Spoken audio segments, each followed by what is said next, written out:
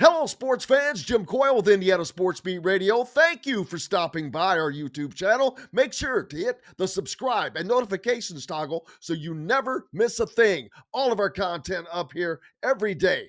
Looking forward to it. Thank you, and we'll see you on the radio. Welcome to Indiana Sports Beat Radio, brought to you by the Hard Truth Distilling Company in Brown County, Indiana. So for the thousands in attendance and the millions watching around the world, it's time! 3 on the way. Oh! It went in! It went in! And Indiana wins the ball game! Know your role and shut your mouth, you jabroni! Float game for the win! Taylor's gone. Come on, touchdown, Indy! Woo! IU! America! They got a football team now! It's pretty simple. I win. Google me. You know that I'm the cream of the crop. Now, from the Hard Truth Studios, here's Jim Coyle. Hello, sports fans. Welcome aboard to another edition of Indiana Sports Beat Radio, coming to you on this Friday from the Hard Truth Distilling Company studios. As always, appreciate you being with us, no matter where and how you're listening, whether it's on one of our great affiliates like 97.7 ESPN, The Ref, always the right call in Evansville, or 1230 AM, 104.7 FM, WJOB, the voice of the region, WJOB in Hammond, Chicago, and in Fort Wayne on 1380 The Fan, Fort Wayne's only sports station. Keep it locked right here for the best in content all day long. No reason to go anywhere else, as everything you need to know will be here. Appreciate you being with us as well. Looking forward to Todd Leary joining us here in this first hour, and apparently a few things to talk about. Let's see. Ryan Day gets a new contract. The NCAA is effective immediately. They're taking in the president's new executive order. Oh yeah, Indiana is going to make an announcement today regarding something. Not quite sure what that is. I'm sure that our fans will give us the. Just kidding. Yeah. So for those of you that have been just waiting and wondering and hoping, it looks like an announcement is coming that will, I guess, bring the situation to a head, so to speak, regarding Indiana's basketball coaching situation. And their hand was kind of forced, to be honest with you, to do it before tomorrow, as Michigan and Dusty May comes in. Now, whether that's just coincidental, I think that whether or not there will be anything to do with Dusty as being a potential candidate for that position or not, I think it's as much about the reaction that was going to be taking place. And I think that with this announcement, they will hope that it will lessen the blow now. And I hope so as well. It's not a great look for Indiana. So, if it works out, great. Especially now if people are happy, then don't take advantage of the situation. So we'll see, but obviously plenty to get to today on the program. And what better timing than to have Todd Leary with us, as we'll be talking about that wholeheartedly, in addition to the fact that Indiana's got some basketball left to play. How will this impact the rest of their season? Will it help? Will it hurt? I look forward to talking to Todd about that and getting his take on those things, as well as your comments as well. For those of you following along on YouTube, if you can't catch us on radio, make sure you're giving us the thumbs up at the very least. If you're not subscribing, we'd like for you to do that too. But the thumbs up, give us a thumbs up if you like our content. Appreciate you very much. And Glad to have you along. Big game tomorrow, like I said, Indiana hosting Michigan. That's an early game. They'll get it out of the way early. The rest of the season is going to be interesting. There is no doubt about that. It's going to be something. Joe, how are you doing, brother? You're always usually a little later to the, or John, rather, not Joe. He always comments, but it's usually a little later than so. Brian's at the ER. Damn. Well, I hope you get her stitched up or whatever's going on there. Hope everybody else is ready for a good weekend. Ohio State did give Ryan Day a new 7-year deal that runs through 31 rather. $12.5 million a year. Second highest coach in college football behind Kirby Smart at $3 million a year. Ironically, Ryan Day, Kirby Smart, and Dabo Swinney of Clemson are the only active coaches that have won a national championship. Seems like a small fraternity there, but it is the truth.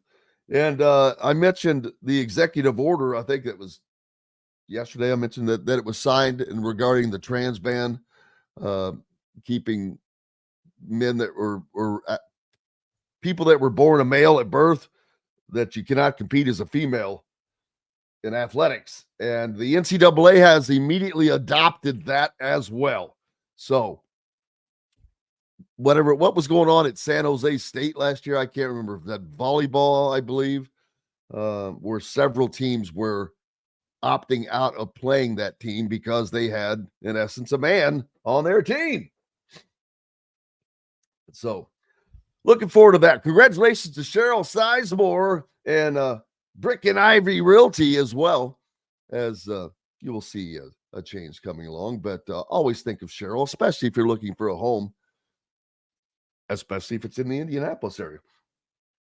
But, man, we've got a lot going on. Can't wait for it. We're going to take a first break. Todd Leary will be joining us.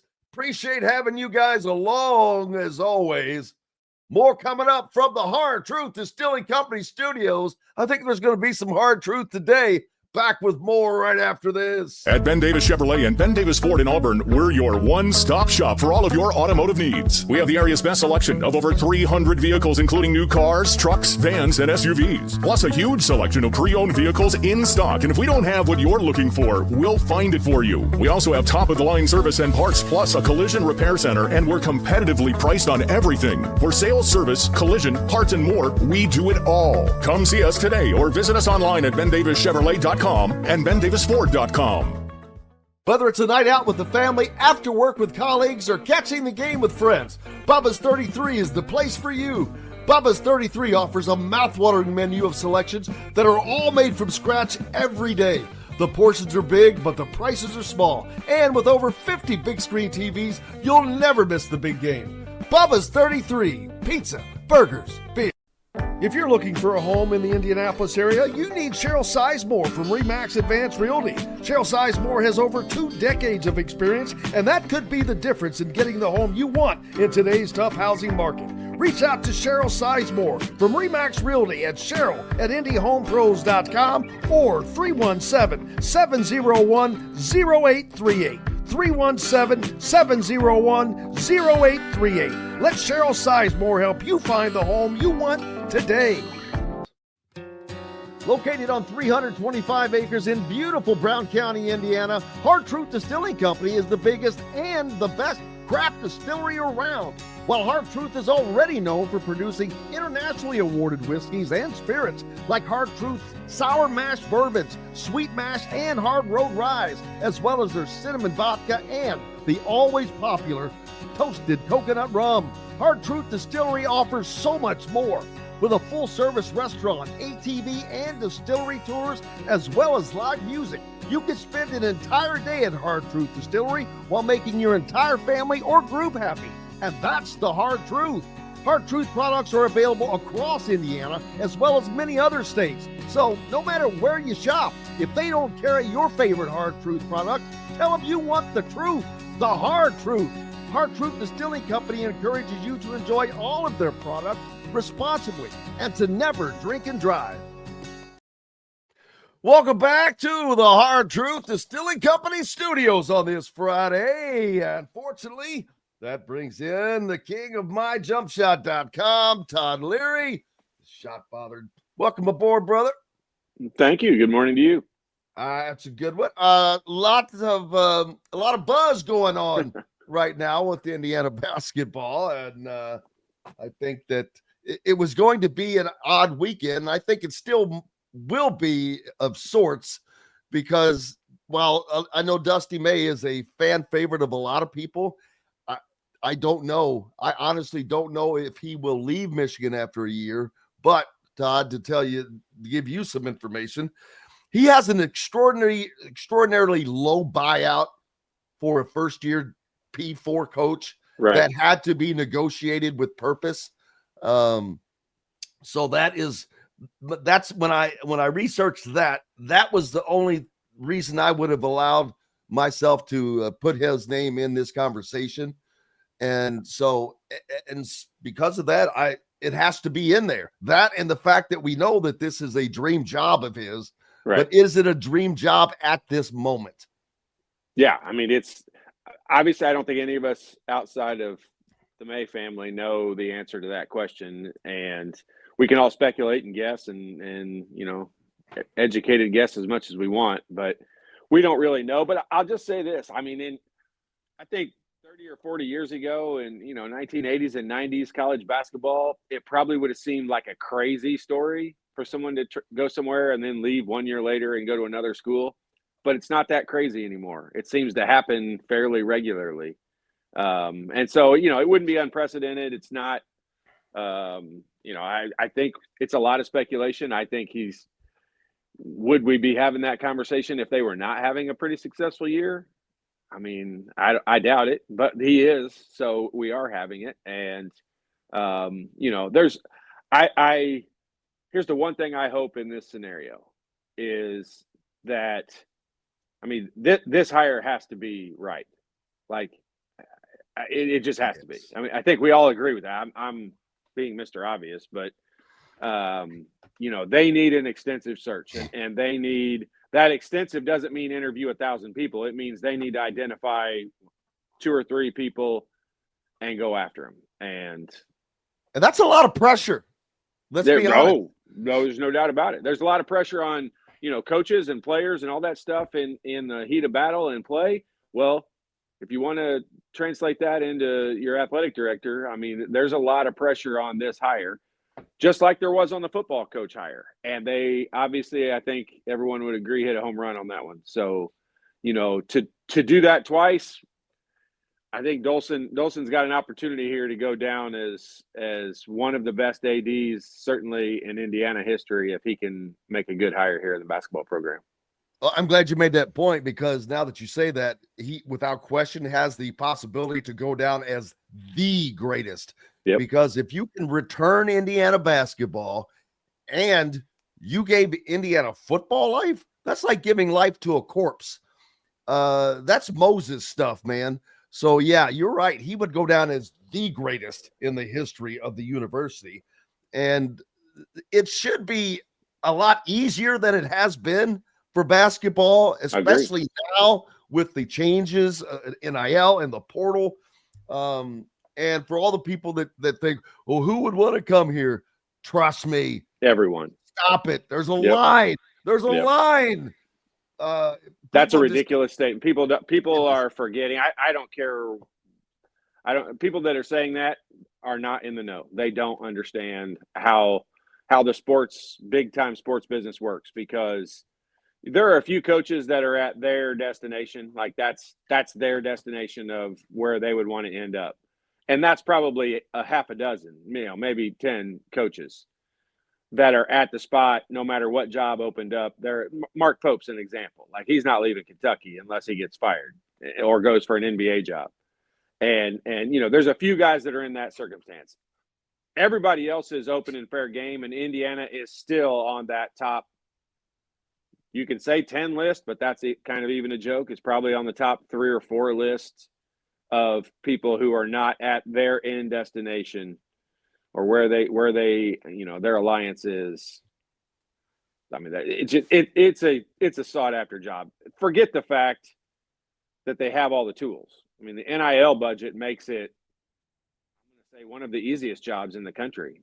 Absolutely. None of them are easy, but it makes it it makes it much easier than if you didn't have that budget.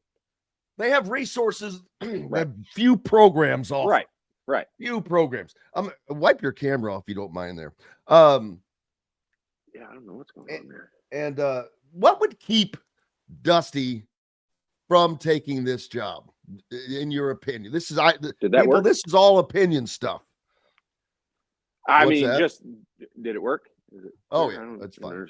Yeah. Don't worry about it. I mean, what would keep Dusty from doing it? I mean, the circumstances, like, being you kind of fall in love with where you're at. I can tell you this: it wasn't an easy decision for Dusty to leave Florida Atlantic, and No. I think he'd be the first one to tell you that. He built a lot of good relationships with people down there. Dusty's incredibly likable, and so when you develop those kind of relationships with people that are around there, I'll just be honest with you. I said this to you on your show. I'm not exactly sure when, but it was close to this time a year ago. I said, if I were Dusty May, I would hang around Florida Atlantic a little bit longer and see if the guy from Miami retires, which he did, because he wouldn't even have to move houses to coach in Miami. He could have easily stepped right into that role. But you never know who's that coach, like Jim Larinaga. Yeah. And so you never know. I mean, he was up there in age. We knew that, but they just went to the Final Four. It didn't look like he was going to retire. And so that decision at that time didn't look like it was going to open up. Timing's a bitch sometimes. And, that seems to have been the biggest problem for Indiana basketball. Their timing seems to have been horrible. It has been. It's fought against them. There's no doubt about it. But, I mean, other schools have fought that same, some of the same battles, and they have, this is to move forward and be positive moving forward. But I'll just say, like, in the hiring process, when they did hire Mike Woodson, I think when they hired Coach Signetti, I think when whatever that committee was that included Dolson and Pam Whitten and some of the board or whoever was involved in that decision, I think when they walked out of that meeting with Coach Signetti, they said, that's our guy. No question about it. He may not have the name of some others, but he's got a plan, and I believe in his plan. And that needs to happen in the next hire for the basketball program. I'm not saying it needs to be a no-name guy, but it needs someone who walks in there with a plan and says, this is my plan and this is how I'm going to execute it. End of story. And it's going to happen. And, I don't think that happened in the last hire.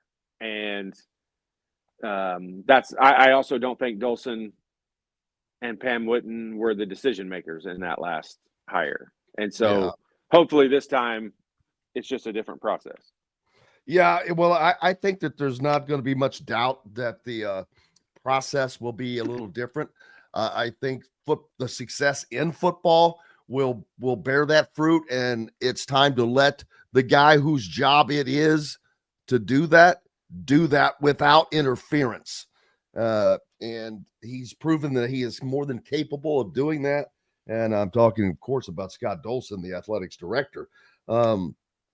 It's going to be, I don't know how much of an exhaustive search it will be, because we already know the names. I mean, we think we know. Yeah, we think we know. We think we know. No, not everybody was thinking Kurt Signetti right off the bat. Not anyone was thinking Kurt Signetti right off the bat. Yeah. I never heard of Kurt Signetti.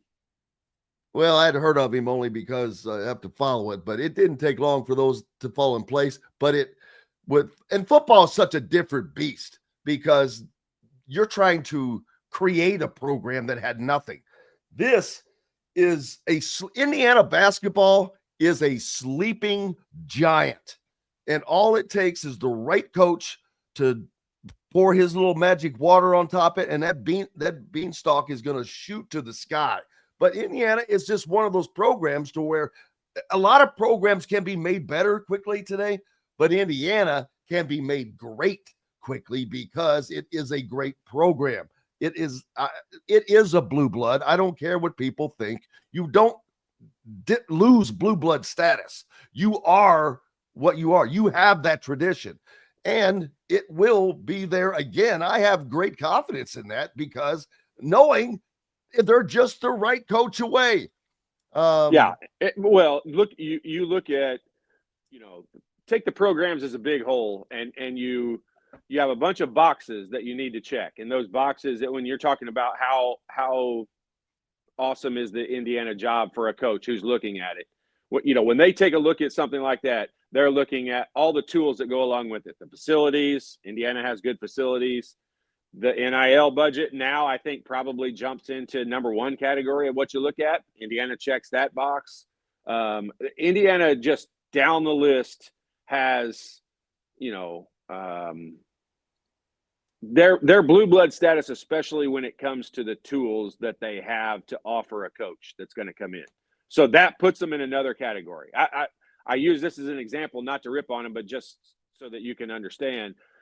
Like Northwestern's in the same conference as Indiana, and they don't check those boxes. They don't have the NIL budget. Academically, it's harder to get kids into there. Like, there's just a lot of hurdles you have to battle as the coach of Northwestern that you don't have to battle as the coach of Indiana. Now, is the criticism higher? Sure it is. But so's the pay, and so's the expectations, and so's everything else that goes along with it. So it's a blue blood job from that perspective. Anyone who says it's not shouldn't be an applicant for it, because it definitely is. But those people that are going to have the opportunity at this job, they know it's a blue blood job. They know it's the job. Coaches are egotistical, and they're also competitive. And this is a competition. And coming in here and turning this thing around is a competition that a lot of coaches want to be a part of and want to be involved in. Yeah, and Dusty May is in an enviable position, and a position that you kind of feel sorry for him for as well. No, I know. I don't feel sorry for him in the slightest. Hey, anyone who has multiple great opportunities, that's the thing. Congratulations. Yes. They put themselves in that position, and good for them.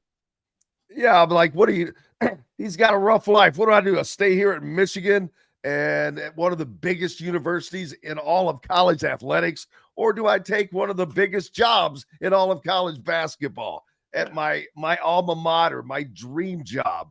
That is going to be, boy. And he's up the top of the Big Ten standings right now, half a game behind Purdue. So they're dealing with that. And we know the coaches, they're kind of hyper-focused. But there's no way this is not seeking into him. No question about it. Like, coaches can say whatever they want. He's going to say all the right things. He's going to say, hey, I'm focused on Michigan right now. We got a big task at hand. They got a pretty important game here tomorrow in Assembly Hall. So, as much as things sometimes don't align, sometimes they are aligned pretty right on. And him being here this weekend might have a little extra meaning behind it. And so it just is. There's a lot of factors that go into, these situations. And I don't think, Dusty is a very smart human being also. He's not going to take the bait and answer the questions wrong. And the reason for that's not being misleading. The reason, and most people probably understand this, but like, Dusty is loyal. He's loyal to those players that are on his roster right now that he is committed to and given 1,000,000% for. He is committed to them. Now, let's all be for real. At the end of the season, all of those players are going to, test the waters in the transfer portal, see where the money's at, like all these different things. So everybody's loyalty is kind of a 1-year loyalty nowadays in college basketball. It used to be 4 years you're committed to somewhere, and now it's 1 year. And that's okay. That's where the game is. And so you just adapt to that. But I think Dusty will he will fulfill his commitment of being 100% a Michigan Wolverine. And he may do that for the next 20 years, but he's for sure going to do it for the next 2 months while they've got a chance to make a good run here in the Big Ten and the NCAA tournament. And then at that point, I think he'll maybe sit back and think a little bit more about it. Yeah, they're in contention for the Big Ten title. Now, Sure they Purdue kind of has the upper hand right now, but they only have a half-game lead. Michigan and Michigan State play twice over the next 5 weeks.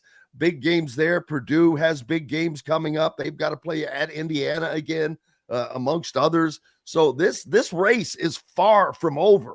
Michigan State kind of quiet right now. They were the leader in the clubhouse, but then they go out on the West Coast, lose a couple games in a row, and their toughest schedule is it's backloaded. So I said to you last week. I think of you every damn day when I start talking about Purdue. I said, "Damn, Todd said it.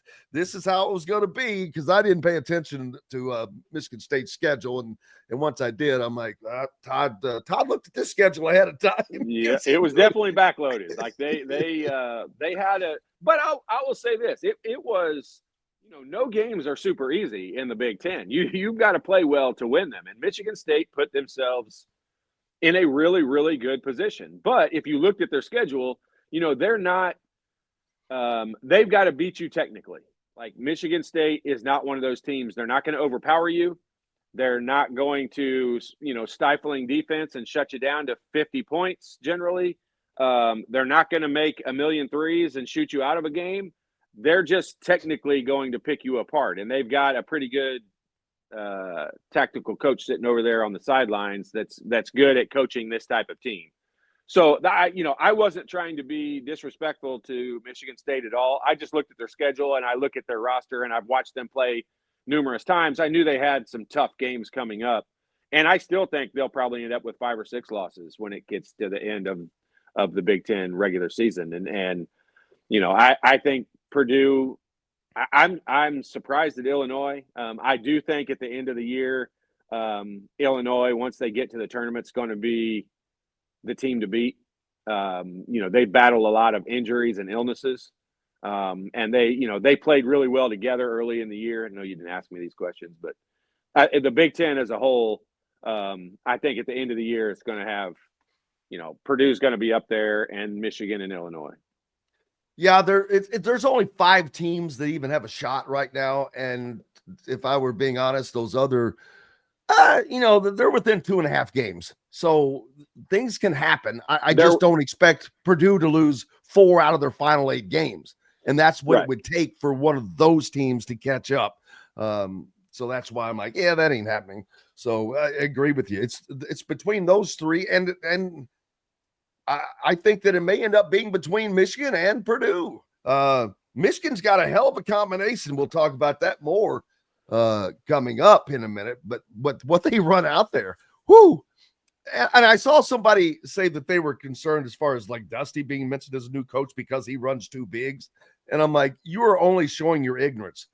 When we talk about Indiana as 2 bigs and Michigan's 2 bigs, the only thing that's the same there is they're big.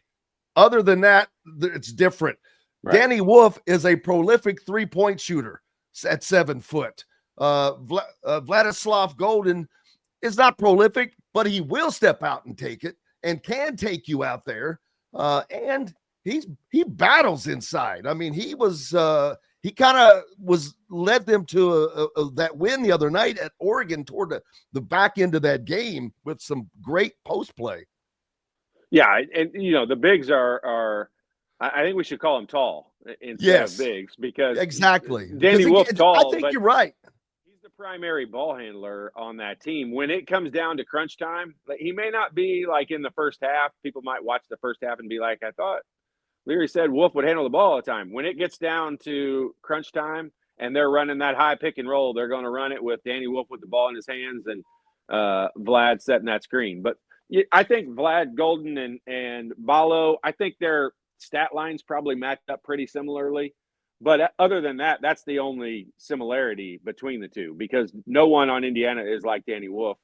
And just because he's tall doesn't put him into the category of playing 2 bigs. And if he plays 2 tall guys. Let's just put it that way, because Indiana would love to have the circumstance of playing, one of their 7 Well, it's kind of like footers a Kalel Ware. They had it in Kalel Ware of sorts. Well, he could step out and shoot, but he didn't handle the ball. Oh yeah. And Danny Wolf Wolf is the guy. Danny Wolf plays the same role as Trey Galloway on Indiana, only he's 7 feet tall and not 6'4". Yeah, and it's a gigantic difference. Yeah, they're an interesting team, and they're difficult to defend, but it also creates some situations where you can create some matchup problems for them, because those 2 big guys are going to be on the court. And Danny Wolf is a good team defender, but he's not a great one-on-one defender.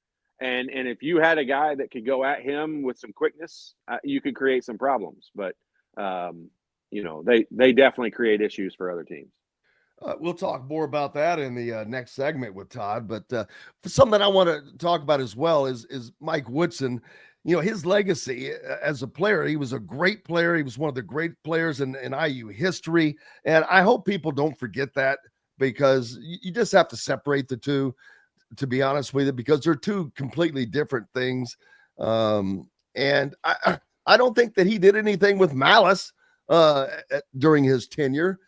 Just for whatever it was, he was not the guy for a lot of reasons. You're not going to turn the job down, but I hope people will continue to remember him as the great player that he gave to Indiana. But a lot of none of today's fans know that unless they're told that, because it was so long ago. Now they're all they know of is as the coach of Indiana. And look, when he took that job, you're opening the book back up on what your legacy is going to be like at Indiana. And that's one of the risks / opportunities that you give yourself, create for yourself in that decision to take that job. But, at the end of the day, when reunion teams come around and all of that kind of thing kind of happens, people will cheer for him exactly the same way they would have had he never taken this job. That part of it won't really matter. But to think that people are just going to overlook this failure of a coaching stint that we've had here, I think would be crazy to think that we're not going to remember that, because this has been a failure. I don't outside of himself, I mean, he's the only one I think right now that would not deem this as a failure. I agree. I think he thought he was coming back next year. I truly believe that. I don't think that he is happy about his quote unquote retirement. Yeah. But it's unfortunate, but that's part of the problem, is he seems to be oblivious to too many things that are right in front of him. No question about it. Like the fact that, I know firsthand that they did not deem last year a team that did not make the NCAA tournament. They did not deem that as a failure. And that's when I knew that their measurement bar and mine were different. And the NCAA tournament is the end all be all. That's the only way you give yourself a chance to win the national championship. And we weren't a part of it, and we're not going to be a part of it again this year. Those are failures. You set out goals at the beginning of the year and what those are. And he even identified those at press conferences and said Big Ten championships and national championships are our measuring stick, and we are nowhere near either one of them. That equals failure.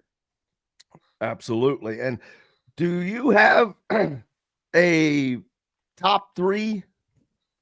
Chris Beard, Dusty May, Bruce Pearl. Well, that would be my 3. If we had it out of one of those 3, I would be extremely happy. I'm not saying there aren't other people I would be extremely happy about. I'd like to learn more about the guy from Drake. He's kind of a Signetti story. It's kind of a Signetti route and journey on his way through. So I would like to learn some more about him. But if I had to rattle off, that's been McCollum, right? Yeah. There's 3 his name's been names. scattered around, but you're the first 2. those have to be the number 1 and 2 picks by virtually everyone, I would think. Now, obviously, Chris Beard, there's the baggage he might have, and that people will talk about. But man, if you want to talk about Indiana winning next season, either one of those two, and Indiana is winning next season and in the tournament without question, in my opinion. Now, you've got Dusty May, who has to make a huge decision, because there's no way he's not going to get the job offered to him, whether it's back channeling or however. He will have the opportunity to turn it down. The only question there for me is, do they go to Chris Beard next? Because he wants this job, Todd. He wants to be the coach at Indiana. He constantly pays homage to Bob Knight, and not that means a lot. It means in his coaching, he coaches similarly to Knight, it seems like, as far as defense, but he put his own spin on it. And he has that, you can kind of tell that he has discipline. His players are not going to walk off the court and avoid a handshake line and that kind of thing. And neither is he. I mean, it honestly becomes a difficult task to try to identify which. So if you're going to narrow it down to those three, which that's just you and me talking. It's not narrowed down to those three. But if it were, I have a tough time ranking them, which one I would want 1 versus 3. I can make an argument for all 3 of them. And I have a closer relationship with Dusty May, so he obviously would probably be my number 1 choice. But outside of, I can make an argument for Chris Beard and why he would be awesome, and I can make an argument for Bruce Pearl and why he would be awesome. So, and at the end of the day, it may be somebody we don't have any idea about. And the only thing with Bruce Pearl is, for me, and obviously he's a great coach. He's got the number 1 team in the country right now. And I think that he would love this job, this challenge as well. But he's 65. That's a little late. If you have a coach that's 65, that's okay. But to go get one that's 65, boy, that's a little late. And because you're going to be doing this again in 4 or 5 years, most likely. So that's not necessarily. He's there's 65.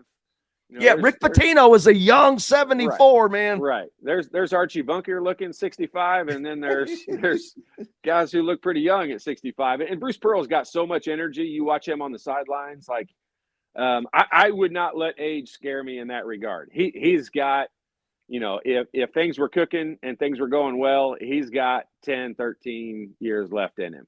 And you look at Larinaga this year, he was up in the 70s when he retired. I mean, we got to go no farther than to look at Don Fisher. I mean, that guy is mid-70s and looks 45. Made a deal with the devil, man. Man, that dude, he is going backwards in age, which is awesome for all of us. I hope his voice stays the same forever, too. That thing is butter. John asking, was this announcement made to temper the crowd? Yes, I believe that Probably. It was. The timing standpoint, it was going to be a bad look. It would have been a bad look for Indiana. Period. Except for, I'll say this. When you say the announcement, is there an announcement I didn't see? I haven't seen an announcement yet. It has not been announced. Speculation. We're all educated speculating. Yeah, it has not been announced yet. Right. And I'm not picking on John. I know exactly where you're coming from. He's saying, we're all saying the expected announcement that's coming. And yes, tamping down the booing and the negativity at the home game on Saturday. Yes, I hope it does work to that. And Jim, I'll say this. I think they should come out and make an announcement. And I'll give you a perfect example. You just a minute ago made the statement, and I have seen on Twitter dozens of people already say, let's remember, if this happens, let's remember Mike Woodson as the player and what he gave to Indiana University. You can already see people with a little bit of empathy, like stepping back there. He sucks, fire him mode. and they're into a little bit more of their humanistic side of things. And if that's what it accomplishes, then they should make an announcement. And it should be that way because, look, everyone if the fans know there's a change coming and we want a change to come, and that change means change to winning. If the fans know that that's most likely coming at the end of the year, then I think everybody will cool their jets and behave a little bit more appropriately at the games. Yeah, and I agree. I think that's exactly why this was done. Hey, we've got to take a break. We've got the great Todd Leary with us from myjumpshot.com. For those of you that have kids, no kids, are a kid, or anyone that needs help with their jump shot or basketball fundamentals, just go to myjumpshot.com. Back with more from the Hard Truth Distilling Company studios right after this break. Located on 325 acres in beautiful Brown County, Indiana, Hard Truth Distilling Company is the biggest and the best craft distillery around. While Hard Truth is already known for producing internationally awarded whiskeys and spirits like Hard Truth's sour mash bourbons, sweet mash, and hard road ryes, as well as their cinnamon vodka and the always popular toasted coconut rum. Hard Truth Distillery offers so much more.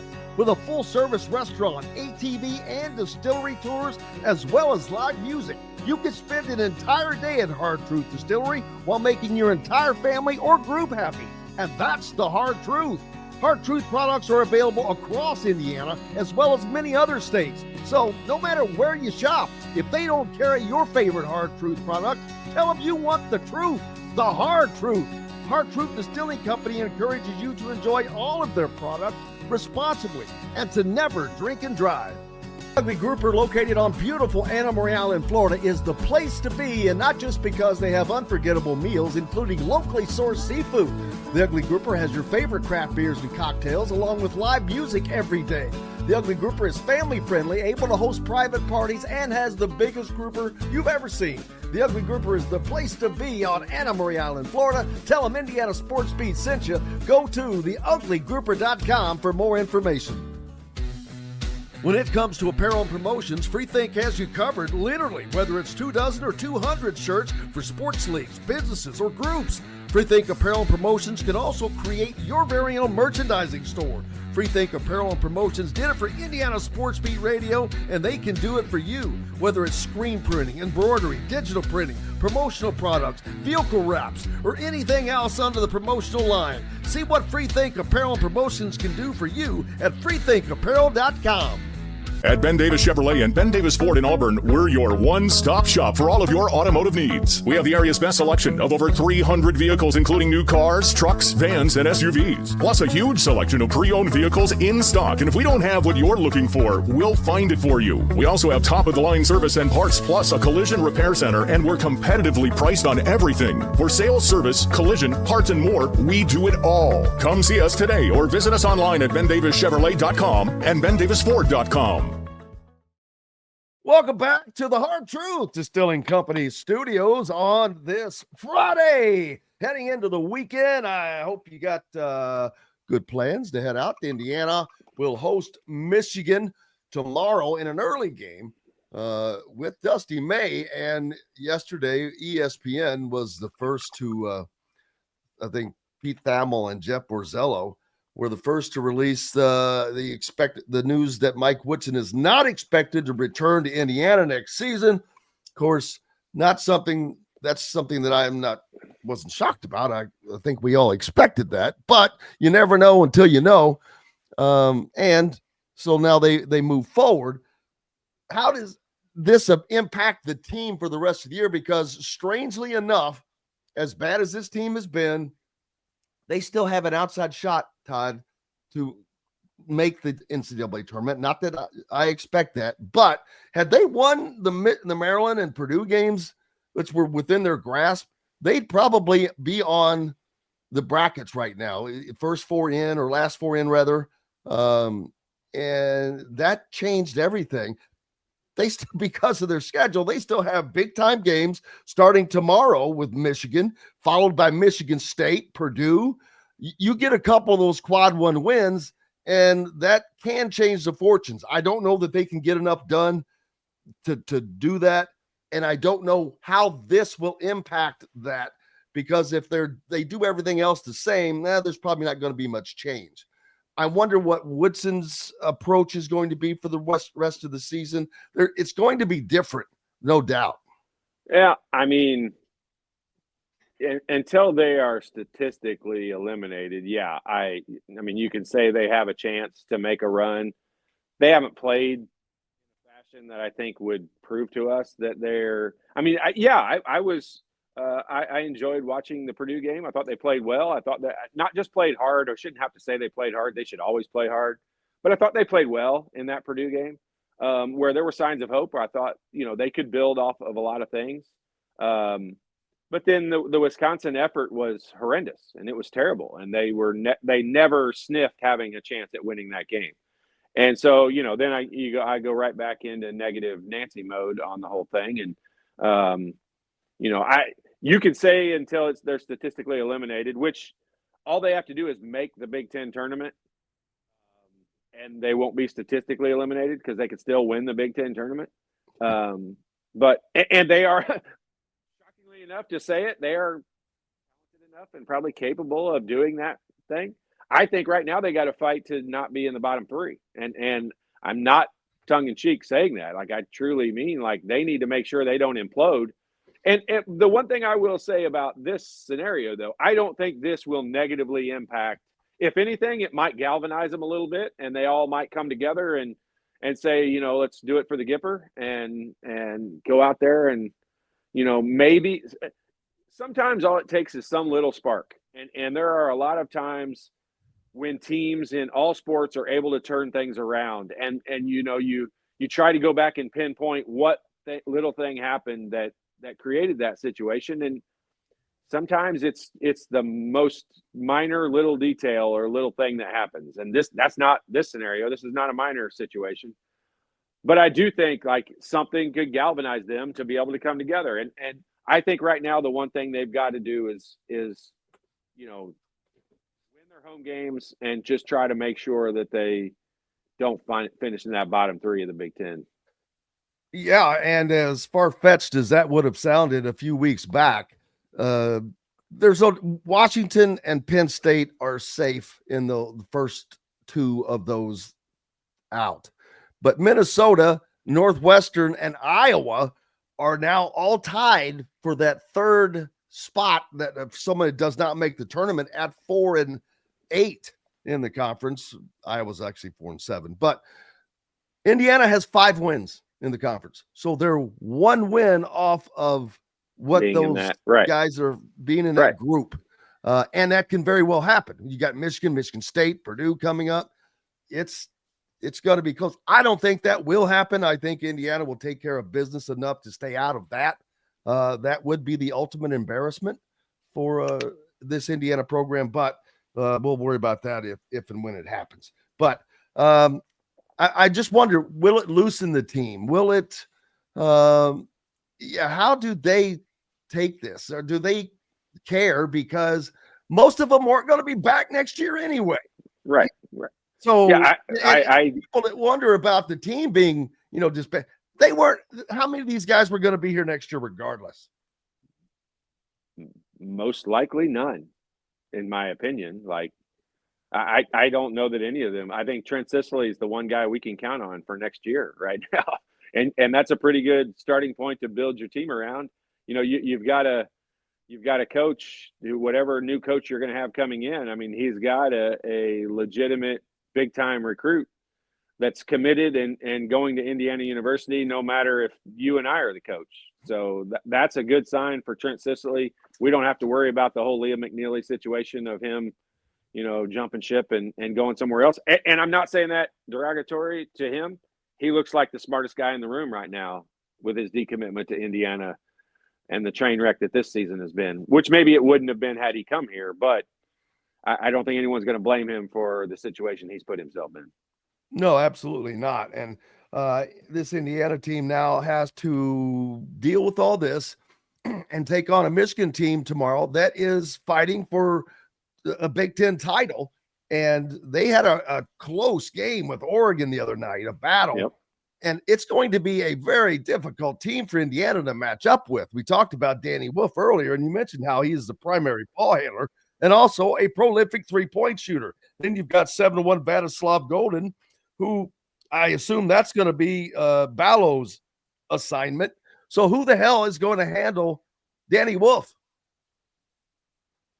Yeah, well, I mean, who knows? I mean, Danny Wolf's a problem. he is, but I'll tell you, like, one of the things that he is the most consistent at is rebounding, and he's a solid 8+ rebounder a game guy. And so we've got to have somebody that keeps him off the boards. He's not usually a high volume shooter. It's funny because he'll have games. I've watched most of their games because I watched Dusty's. I watched him at Florida Atlantic, so I just watched most of their games. And Danny Wolf is a guy that, you know, he'll have games. He'll have halves where he barely even shoots the ball. He'll also have, like the last game where he was kind of the go-to guy and had 25 points or whatever it was. But for the most part, he's a facilitator and a rebounder. And so whoever's the best blockout guy on the team that's over 6'5", that's who needs to be guarding Danny Wolf, because if you can keep him off the boards, you've eliminated a big part of what skill he brings to their team. So, yeah, they're a matchup problem. I think that's why they've been successful. They're unique. There are not very many teams built them, not just in the Big Ten, but in all over the country. So, yeah, they're a problem for a lot of people. And Indiana, look, let's just face it. They're not unbeatable. Like, Indiana is capable of beating them. Playing in Assembly Hall, Indiana should have an advantage in winning that game. And yeah, like you said, who knows what the atmosphere is going to be like there tomorrow. Let's just hope it's a good game and exciting, and Indiana players give the Indiana fans a reason to walk out of Assembly Hall and be proud and excited about what they watched. Yeah, it was going to be a tough game no matter what for Indiana, but it's one that they can win. Minnesota beat Michigan. And as a matter of fact, Indiana is the only team in the Big Ten that has not beat a Big Ten team that will play in the NCAA tournament. And that has just been an elusive thing for this team. They cannot finish those types of games, whether it's Purdue or Maryland. They just have not been able to get that win, although Ohio State, they do have a win over Ohio State, and as bad, Ohio State is 6-6 in the conference, 14-9 overall, not a very good record, but they're 26th in the net. Their net's up 26th. There, and they beat Kentucky by like 30, and yeah, they've got some good quality wins. They have things on their resume Indiana doesn't have. Didn't they beat Purdue? Yes, I think so. Yeah. It's crazy. So I take that back. Ohio State may be the only team that they have beaten that will play in the NCAA tournament, but that net ranking is shocking how high it is. They're 500 in the league and not that far over 500. Well, look at like Oregon. Look at Oregon. Oregon's under 500 in the league, and their net ranking. Yeah. I mean, and they're ranked in the top. They were in the top 15 last week. So yeah. I mean, I think they've lost 4 in a row now, but. Yeah, not the East Coast swing wasn't good for him, or the Midwest swing wasn't good for him, rather. But so Indiana now moves forward, and it has to be a sigh of relief for everyone. The negativity that has been sitting, the cloud that's been hanging over the program, has just sucked. It hasn't been fun it's not fun for you. It's not fun for me. I promise you. Well, it's not just not fun. It's embarrassing. It's not just not fun. It's embarrassing. And the efforts that have been out on the floor, I don't just mean playing. I mean, like, the activity that's taking place on the floor. Ballo walking off the floor. Ballo screaming in the huddle. Guys having to calm Ballo down. Like, give me a break. Like, all of that's worn me out to the point where I don't want to watch it anymore. It's painful to watch. I give them the benefit of the doubt every game. It seems like I develop amnesia, and I'm like, all right, I'll watch again, and then they embarrass me again, and so. But I'll do it again. I'll do it again next week. It just is you know, this team needs to finish with high character and high effort, and if they play their last many games with a lot of effort,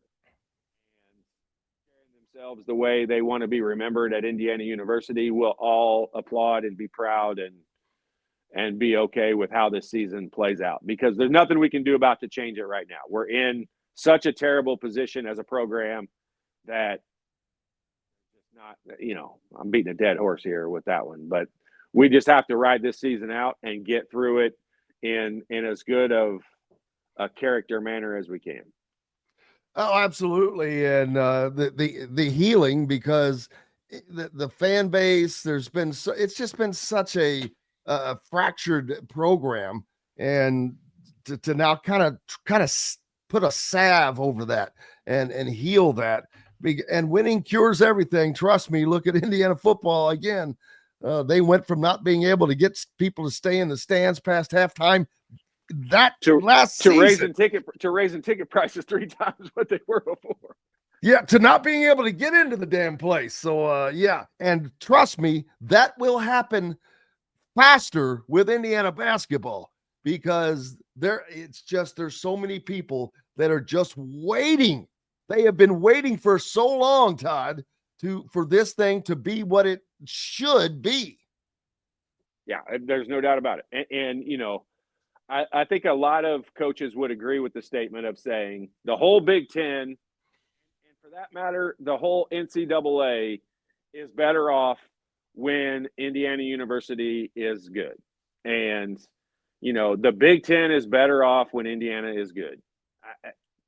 College basketball as a whole is. It truly is. It really is. It's better when North Carolina's good. It's better when Kentucky's good. It's better when, you know, the UCLA and the Blue Bloods are good. And, you know, as much as other teams hate to say that, like, you work for a really, really, really long time to put yourself in that position. And you know, I had nothing to do with it. This is way before me. What they built in the 70s and 80s at Indiana University, you know, put them in a category that not very many other programs are in.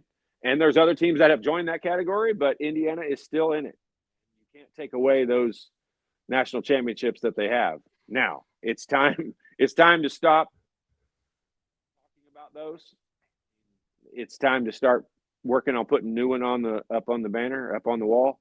And so, yeah, a lot of good things have to happen in this hire, and it has to be the right one. It just beating a dead horse and Mr. Obvious, but it has to be the right one. No doubt. Todd Leary, the shot father for myjumpshot.com. Maybe you go there if you need help with your fundamentals. You know somebody that does, you have kids or whatever the case may be. That's where you go. Appreciate you, brother, as always. Same to you. Have a good weekend. You as well. That's going to take care of it for this hour. We're back with more on the backside. Zach Osterman, the insider for the Indy Star, will join us. We're back with all that and more from the Hard Truth Distilling Company Studios. Located on 325 acres in beautiful Brown County, Indiana, Hard Truth Distilling Company is the biggest and the best craft distillery around. While Hard Truth is already known for producing internationally awarded whiskeys and spirits like Hard Truth's sour mash bourbons, sweet mash, and hard road ryes, as well as their cinnamon vodka and the always popular toasted coconut rum. Hard Truth Distillery offers so much more. With a full-service restaurant, ATV, and distillery tours, as well as live music, you can spend an entire day at Hard Truth Distillery while making your entire family or group happy. And that's the Hard Truth. Hard Truth products are available across Indiana, as well as many other states. So no matter where you shop, if they don't carry your favorite Hard Truth product, tell them you want the truth, the Hard Truth. Hard Truth Distilling Company encourages you to enjoy all of their products responsibly and to never drink and drive. If you're looking for a home in the Indianapolis area, you need Cheryl Sizemore from RE/MAX Advanced Realty. Cheryl Sizemore has over 2 decades of experience, and that could be the difference in getting the home you want in today's tough housing market. Reach out to Cheryl Sizemore from RE/MAX Realty at cheryl@IndyHomePros.com or 317-701-0838. 317-701-0838. Let Cheryl Sizemore help you find the home you want today. Whether it's a night out with the family, after work with colleagues, or catching the game with friends, Bubba's 33 is the place for you. Bubba's 33 offers a mouthwatering menu of selections that are all made from scratch every day. The portions are big, but the prices are small. And with over 50 big screen TVs, you'll never miss the big game. Bubba's 33, pizza. Andy Moore Honda is Bloomington's #1 Honda dealer for a reason. Buy a new Honda and get a 3-month break from car payments. That's right, no payments for 90 days. That includes the all-new, all-electric Honda Prologue, and you get it for just 0.9% financing.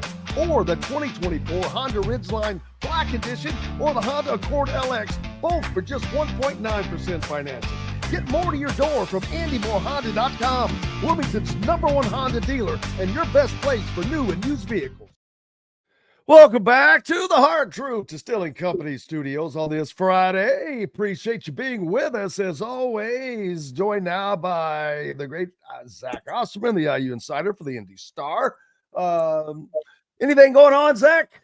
Yeah, it's interesting week to say the least. And I was wondering, we all were, what it was going to be like tomorrow. And I think that Indiana, this is not lost upon them. It was just going to be I think a bad situation.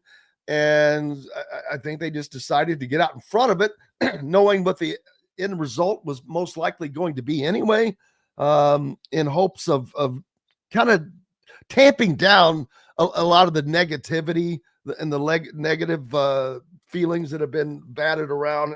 And I get it, because I'll be honest with you, I was tired of it.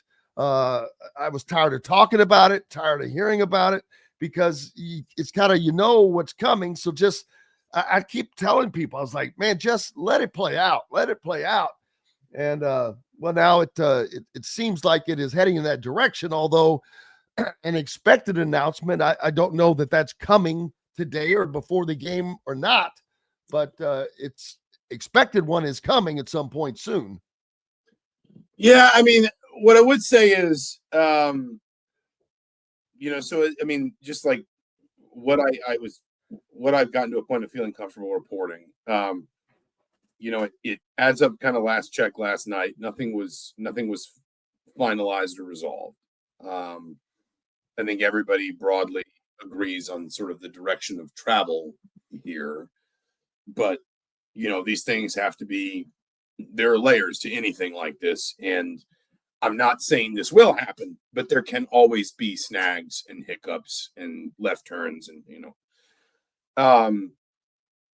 I don't know, like you, I don't know, and I would not feel comfortable declaring that there will be some sort of statement or resolution today.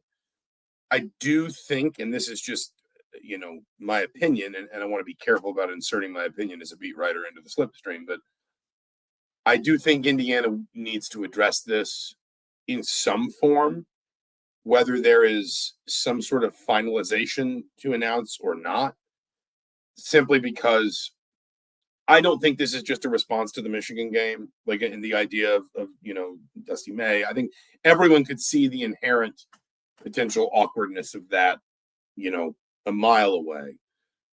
But a decision like this, where you are talking about the long-term future of your basketball coach and your basketball program, is not going to be informed just by the first 6 minutes against Wisconsin or what the atmosphere might be like against Michigan.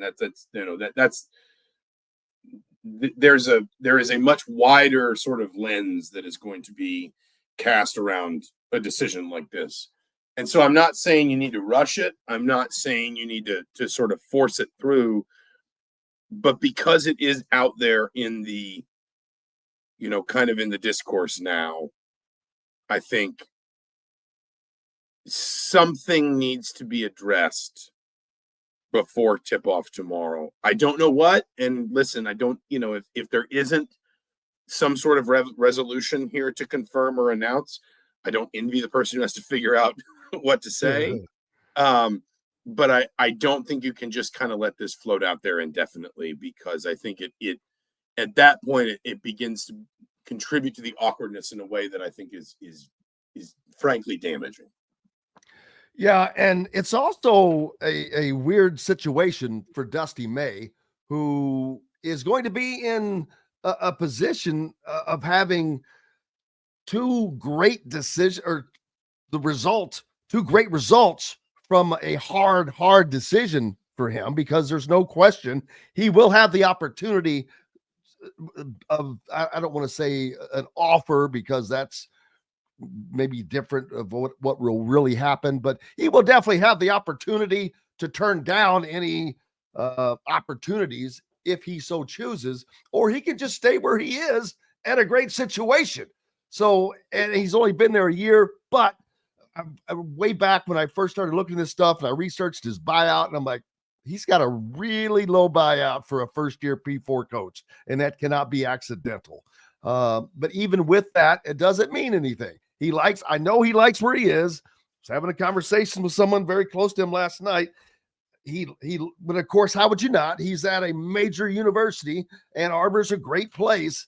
So he's got a win-win for him. It's just, would he want to win the situation? And I don't see why not, because I don't think that it's as bad as the fans seem to make it out to be.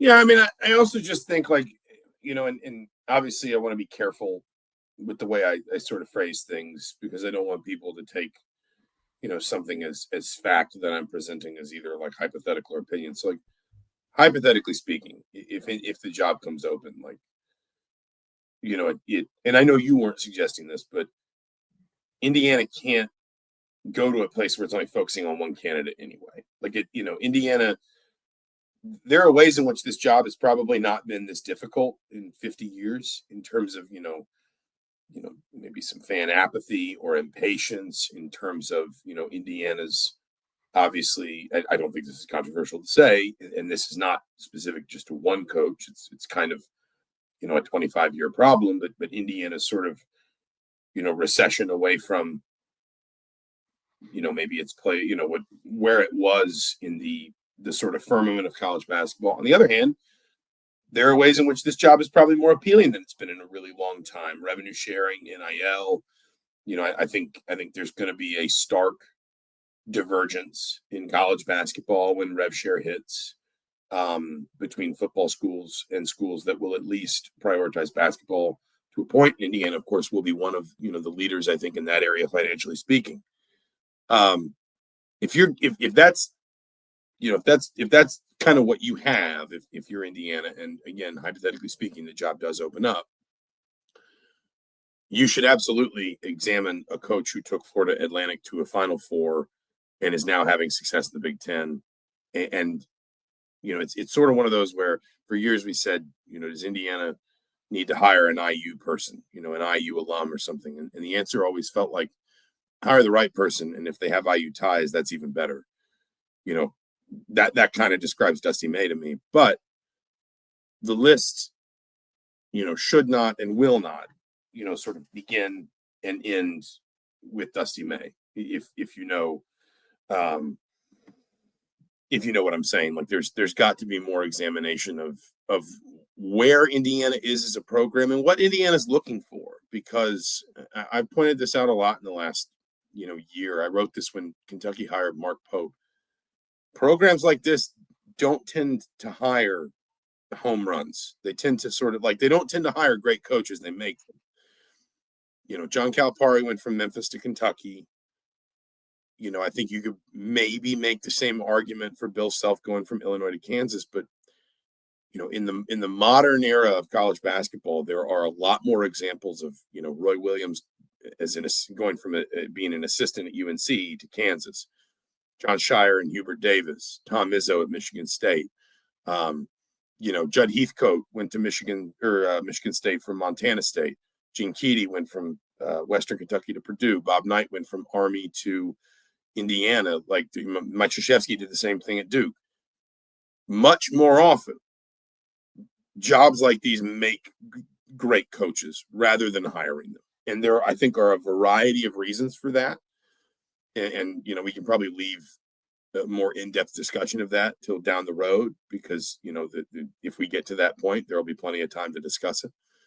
But, when people say it's got to be this person or it's got to be this person, I always just kind of pump the brakes and say, listen, like, most of the time we are talking about ultimately programs like this one, programs like Kentucky, programs like Duke making the coach. rather than hiring the coach, if you know what I'm saying.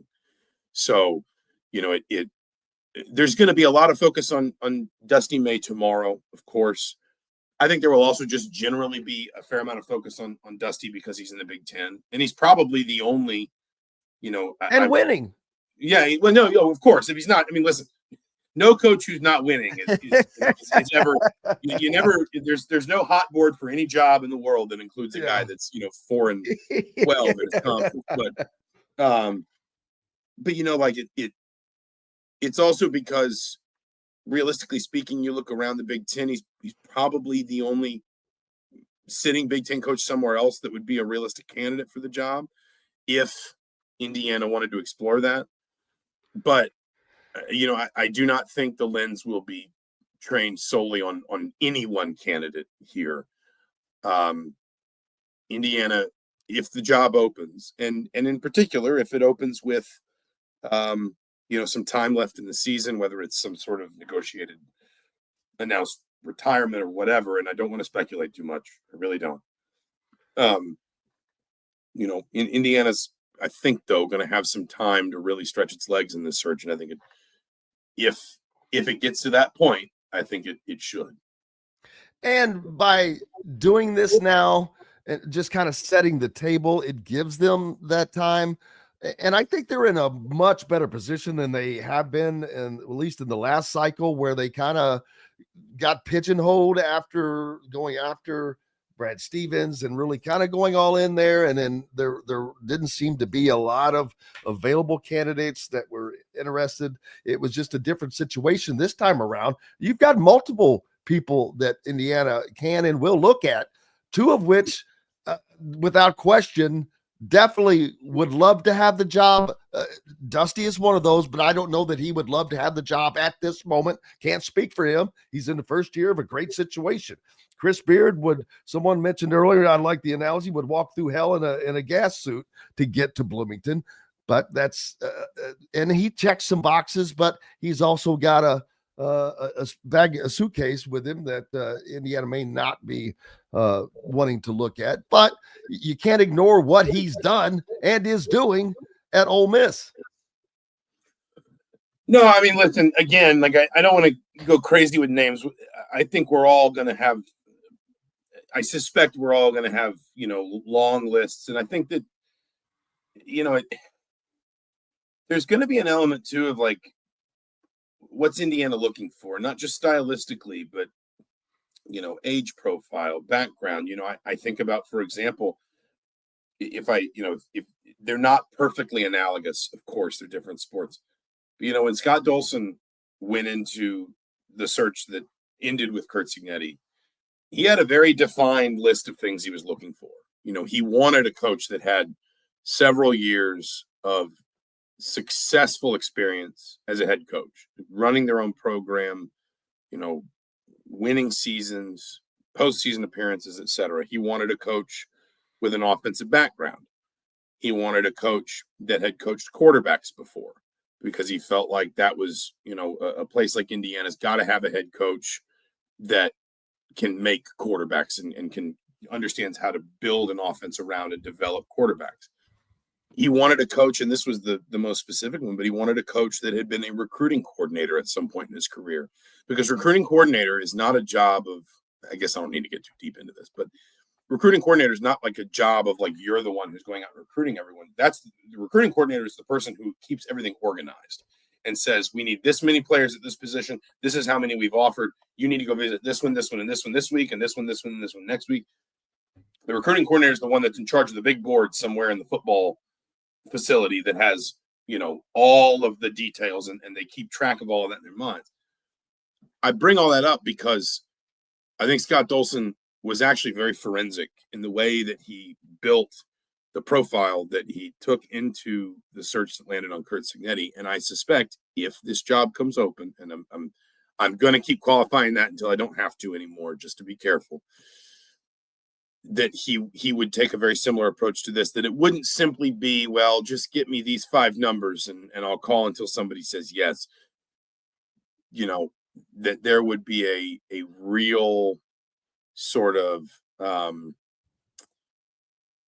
there would be sort of like a predetermined, these factors are going to be very important to what Indiana is looking for in its potential next head coach.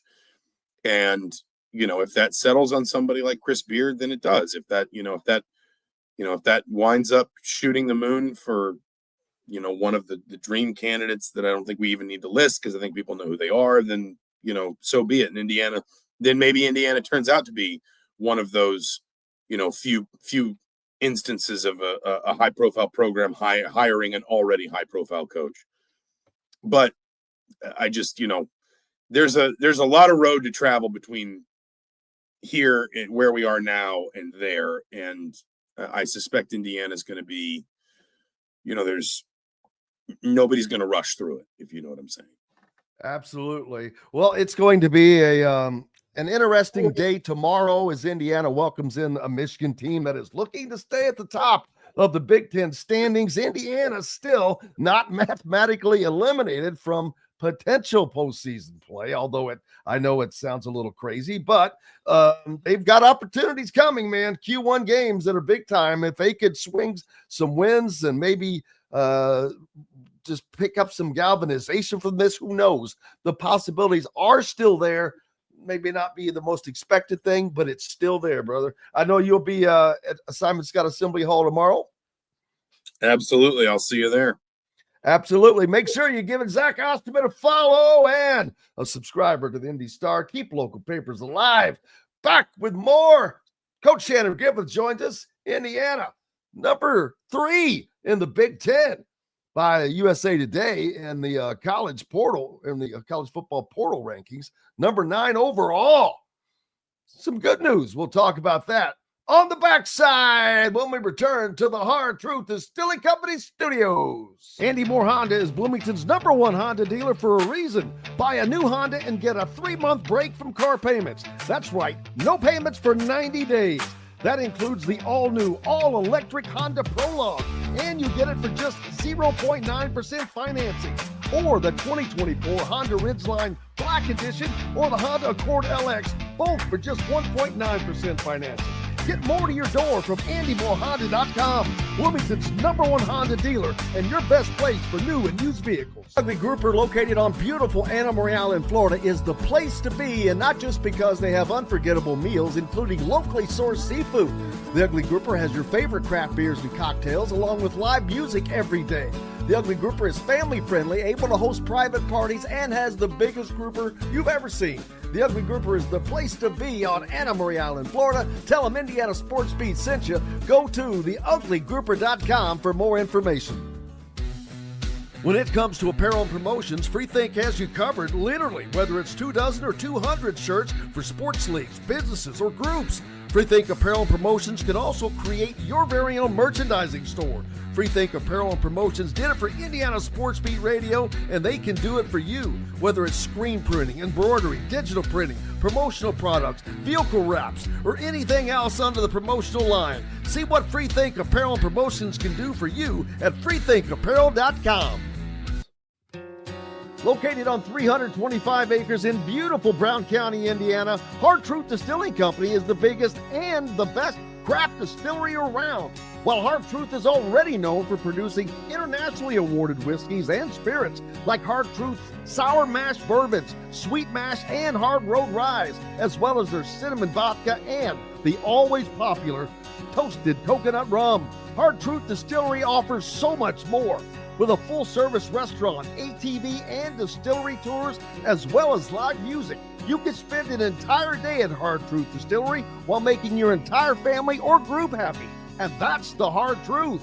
Hard Truth products are available across Indiana, as well as many other states. So no matter where you shop, if they don't carry your favorite Hard Truth product, tell them you want the truth, the Hard Truth.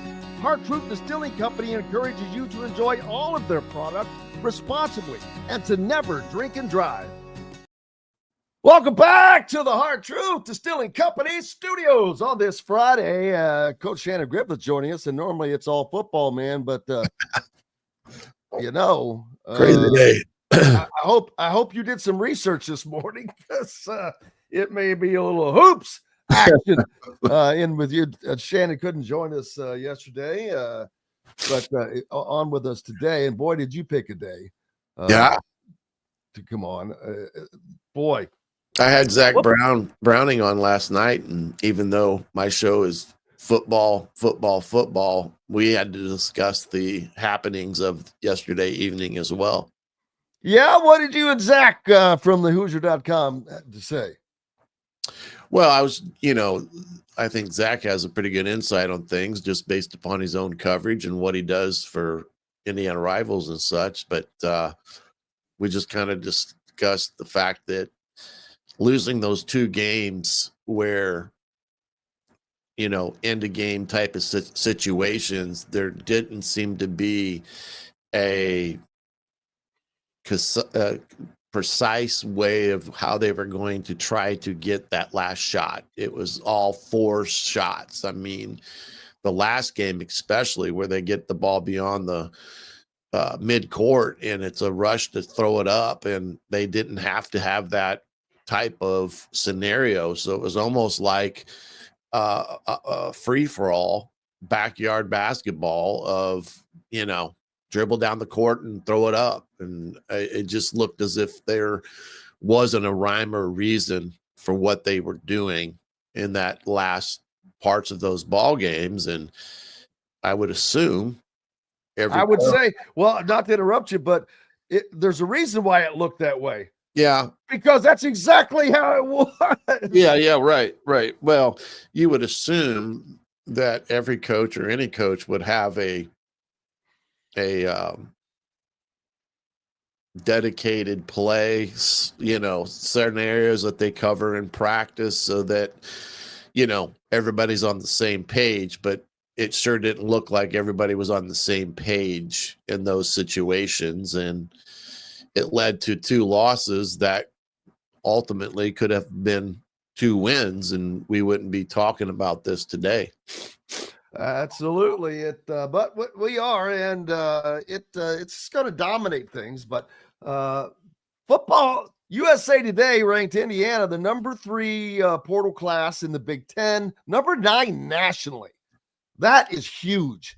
Indiana is now in the company of these programs that they have to compete with to remain at the level where they were last year. And they still have to do a little work to overcome the perceptions that people had of Indiana last year. But the good thing, I've talked about this, exhaustively. Next season, that is not going to be a problem because Indiana can go 10-2 and make the college football playoffs, in my opinion, without doubt, because their resume will be way better at 10-2 next year than it was at 11-1 this season. Because if they're 10-2, that means they have a road win over either Iowa, Penn State, or Oregon. You get a road win at one of those places, a home win over Illinois, and there's other teams that you're going to have to play at home. UCLA comes in, Michigan State will come in. You've got to go to Purdue. Wisconsin is a home game. So, but their resume will be better. And there will be no question if they went on the road and beat one of those 3 teams, and they have to do that, or they're not going to make the CFP. Right. Then we'll see where that goes. But out of one of those 3, got to win one, and they're more than capable. I think that they're going to be a better team next year. Right. On paper, it sure does look like that. I think they were able to really solidify their back end of the secondary, with what they were able to get there through the portal. And of course, Lewis Moore coming back. I think that was a huge pickup because of what he gives that back half. And, he's proven his value, especially the year before Coach Signetti arrived. I mean, he had a pretty good year that year. So I thought they did a good job of solidifying the back end. Getting Aiden Fisher back, I think, was a huge opportunity that they seized on and were able to keep him here. You got Kamara back. Now he's joined by his little brother that they picked up as a last kind of a signee on the last day of signing day. And, you know, nice little surprise there. Yeah. And offensively, you got to be optimistic of what they were able to get in terms of the offensive line. You get the Coogan kid and then transfers from Ohio State, and getting Benson back after his John out west to play for Prime. Offensive line wise, I do think they have what they need, even depth wise, because I do think with these two recruiting classes, what Coach Signetti, I should say, has been able to do is still focus on the foundation. Don't want to be a team that's always looking for, 14, 15 players in the portal.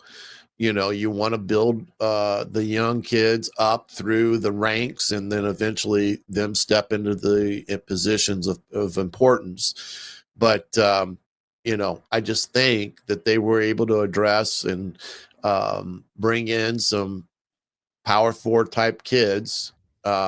Anxious to see Mendoza and what he brings to the table.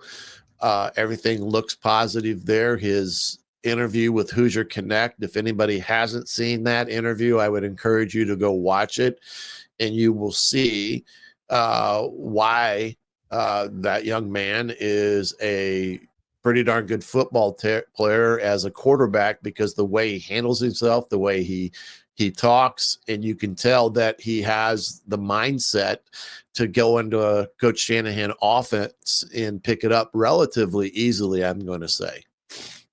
Yeah, well, he's he came out of Miami. We kind of know he's a prolific thrower. He's thrown for 5,000 yards already. Has 2 years of eligibility left, so he's already in the mode of being a prolific thrower. And he didn't have a lot of great protection at Cal. He was sacked 41 times last year. How many times was Curtis Works sacked this season? Maybe 14. I was going to say 15 or less. Right. 41. Do the math there. Those opportunities. It's crazy. So Indiana has beefed up the line. What a great grab by the center you mentioned from Notre Dame. Started 13 games for the Irish last year in their national runner-up season. And the fact that you can tell by just some of the things that you were able to pick up about his time at Notre Dame, he was a guy that was a leader in the offensive line room. You could tell that those offensive linemen listened to him when he spoke. So I think bringing that in where, you lose Kadick, a very important piece of last year's puzzle in the offensive line room, to bringing in Coogan to fulfill that spot of a guy that can come in and pick up in the leadership department, as well as being a player that those guys can rally around. I just think it's all positive in that regard, and you can kind of see how this class was all shaped from not just the portal, but even from the true 25 class Frosh kids that are already in for the most part. You got 14 kids already involved in the program, and it's a pretty dynamic scenario where they are going to be able to do here through the winter workouts in the spring. Yeah, and that's something that we're not accustomed to. Looking forward to spring. But speaking of spring, a lot of places going a different route with spring games. Lane Kiffin kind of started that deal last year where they put more of a show on than a game, and that it became more prevalent when Matt Rule of Nebraska said that most likely we're not doing a spring game, because last year immediately they had 6 guys hit the portal for various reasons. So he's like, we're not putting anything on display. We're not going to we're not going to run live stuff. And it makes sense. You've got to make adjustments when things are working against you. Yeah. The whole scope of the landscape of college football right now. Even with the signing day that was normally in February, and everybody was geeked up to see how people fared out and things of that nature, it kind of lacked in that category from the standpoint the vast majority of kids are signed in December now.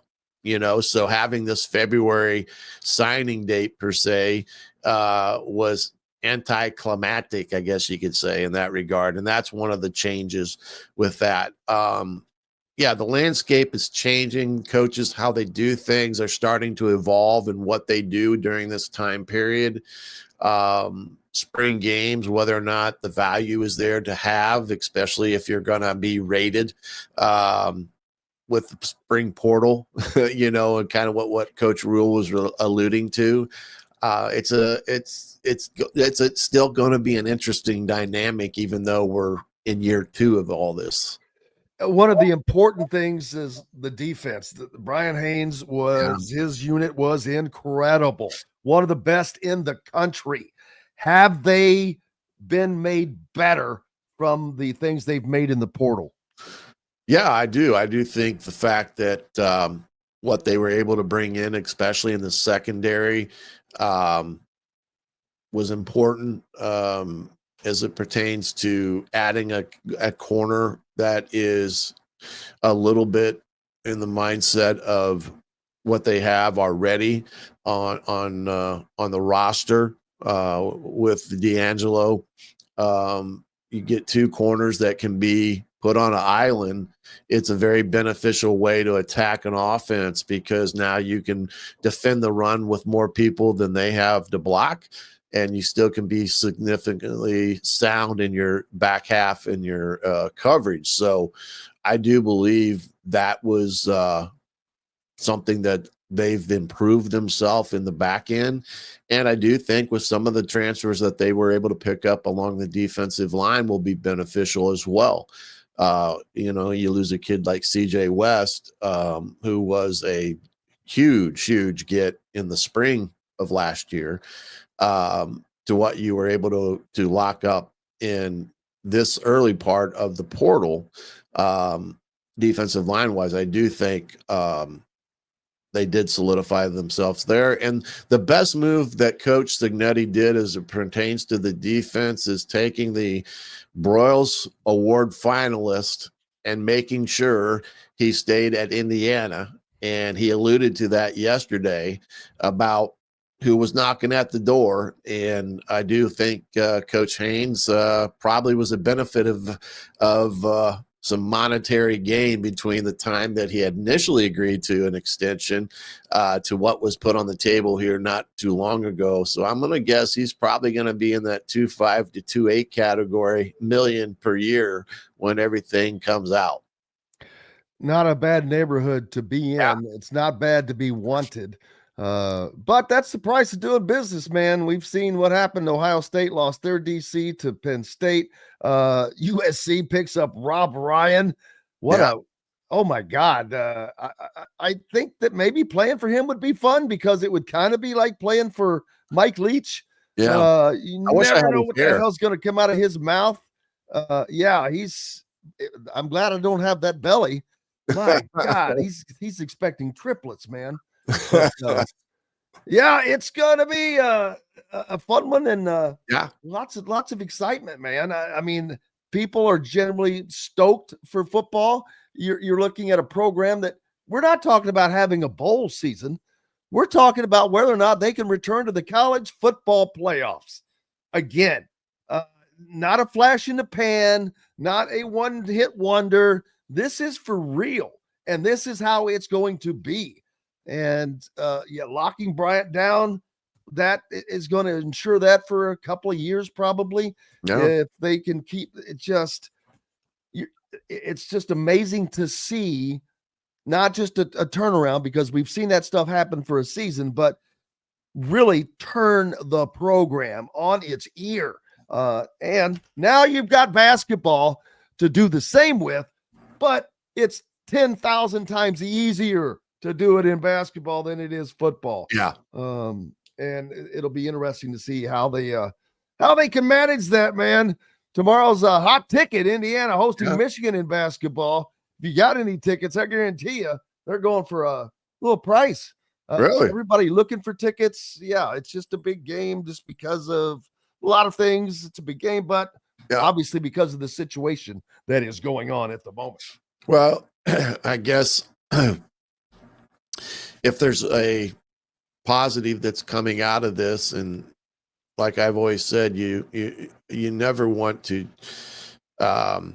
cheer for somebody to lose their job, I guess you could say, but Woodson understanding that things are not going his way as it pertains to the product on the court.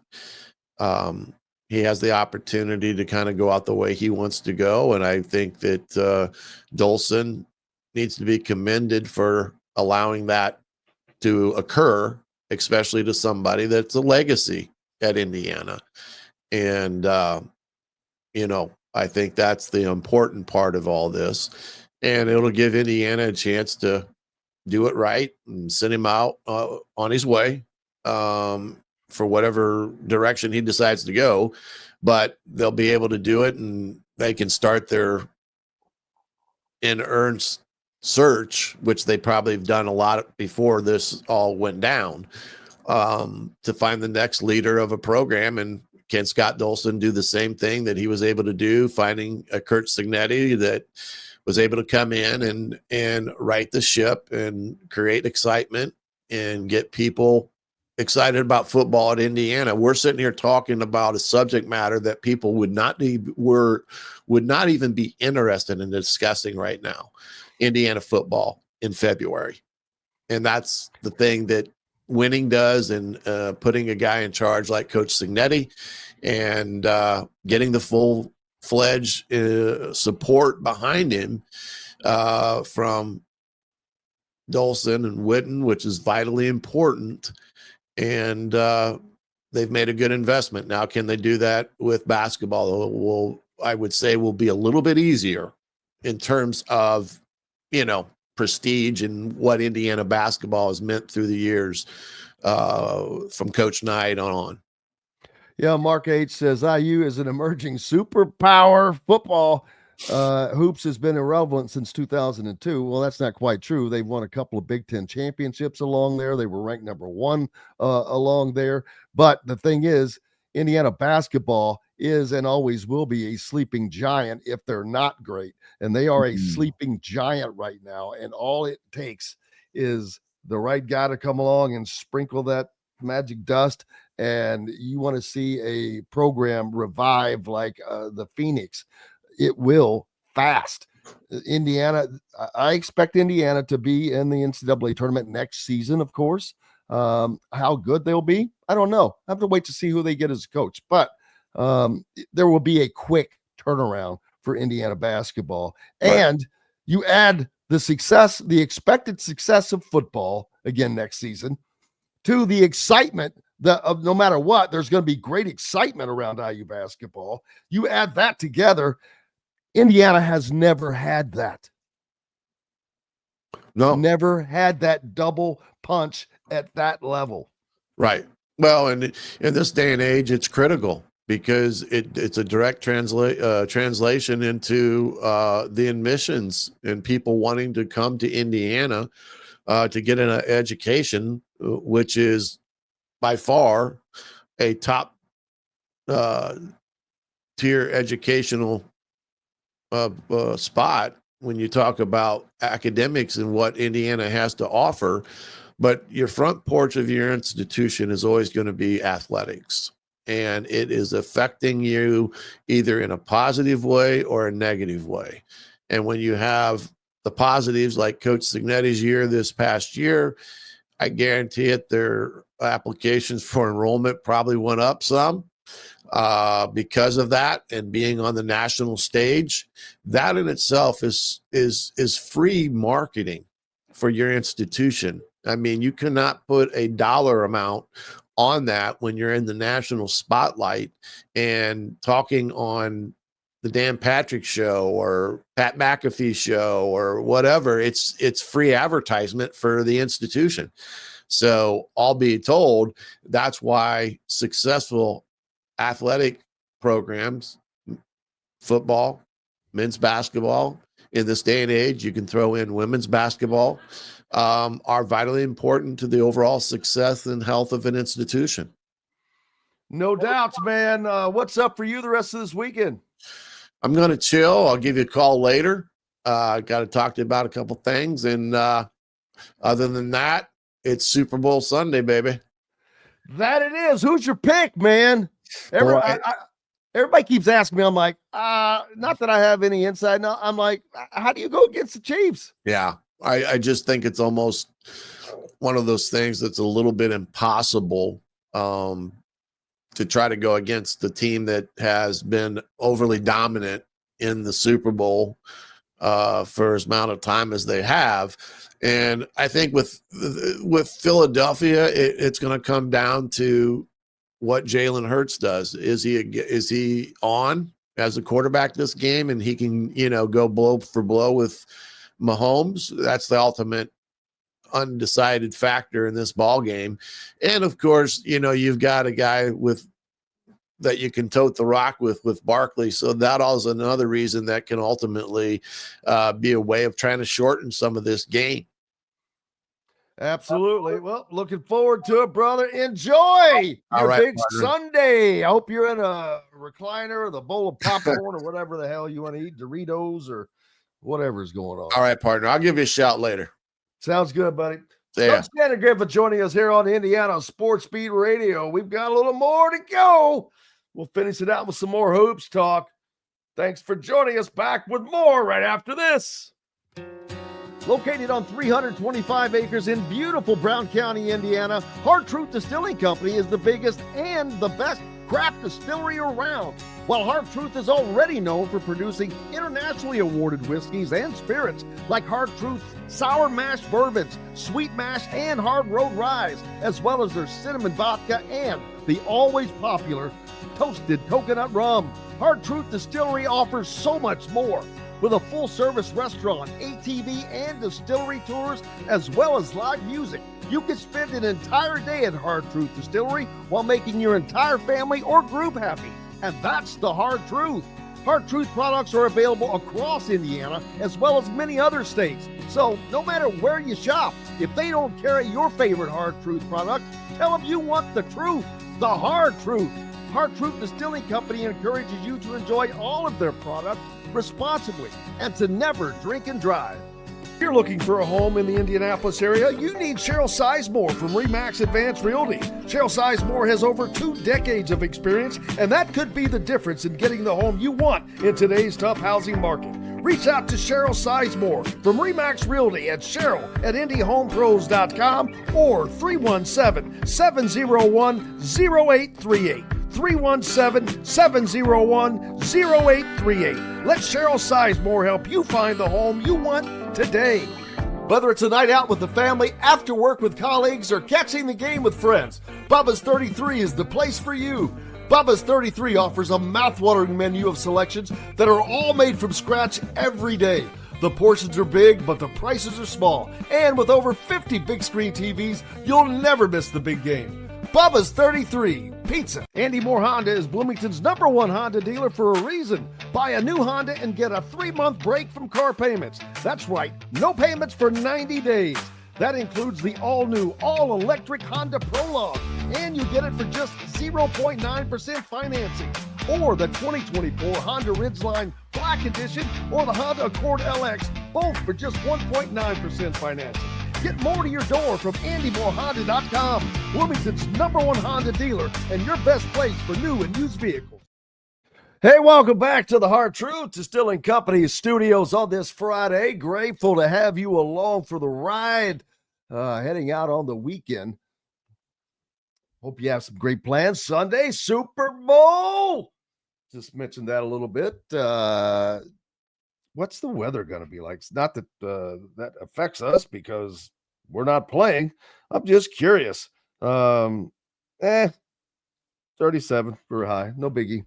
But, Yeah, the big talk, of course, around Indiana basketball, and I don't know when the announcement is going to come. Some reports said it would be before today's game or tomorrow's game.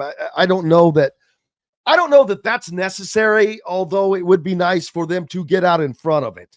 But just allowing this to slip out, I think has been enough to tamper down what would have been an even more awkward situation tomorrow when Dusty May makes his return to Simon Scott Assembly Hall for the first time as a coach. And it will be as an opponent. Now, the next time he is in Simon Scott Assembly Hall, will it be as coach? Who knows? I certainly do not know. I'm not going to pretend to. That's a decision that is not even close to being made yet. He hasn't been offered the job. I mean, you have to remember, he has a job at the moment that he is doing and doing pretty damn well as Michigan fighting for their spot at the top of the Big Ten table. Purdue currently in the lead by half a game at 10-2. Michigan State and Michigan both tied at 9-2 right behind them. They're trying to Michigan State and Michigan, by the way, again, both play each other twice in the next 5 weeks of the season. So that's going to go a long way.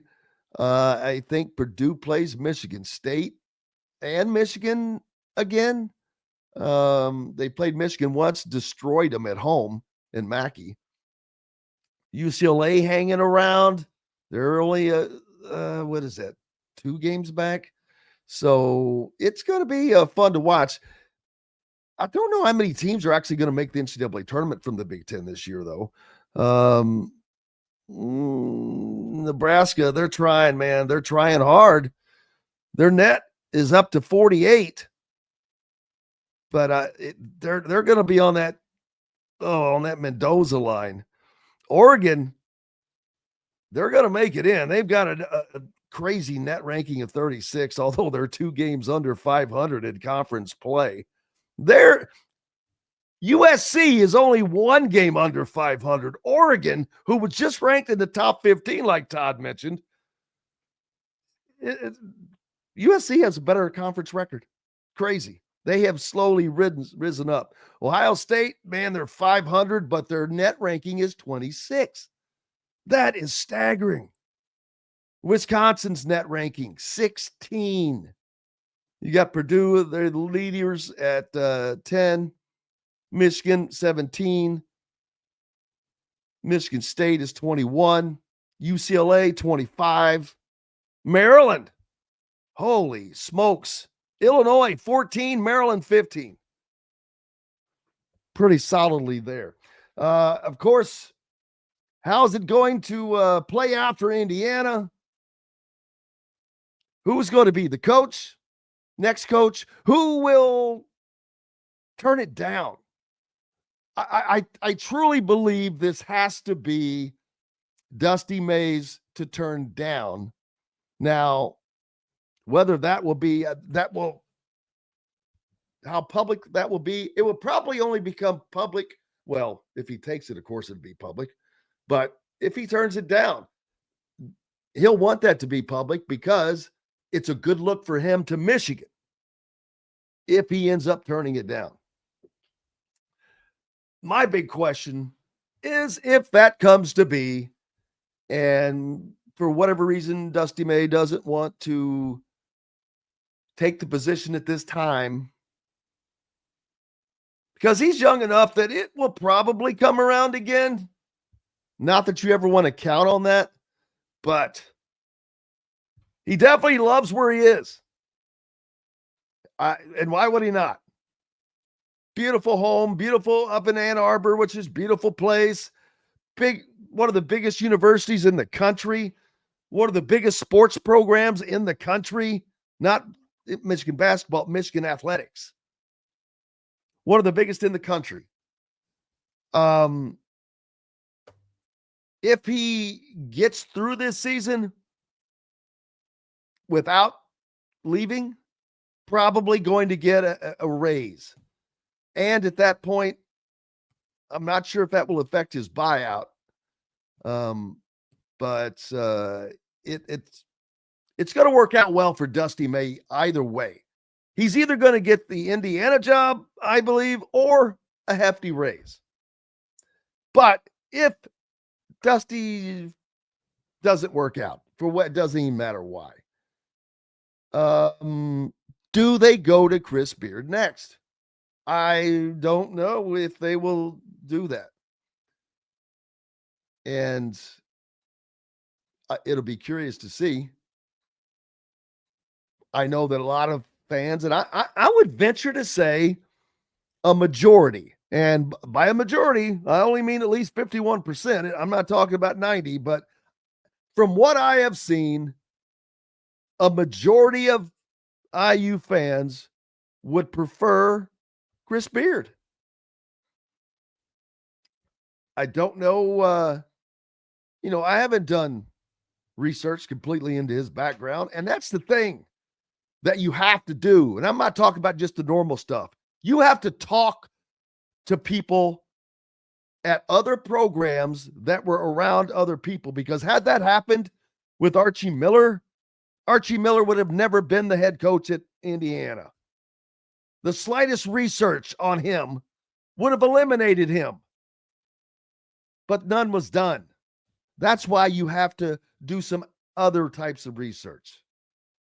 How are they truly as a person? From multiple sources, from multiple places, you get that information. Gritty says, I hope the next coach knows the recruits' names.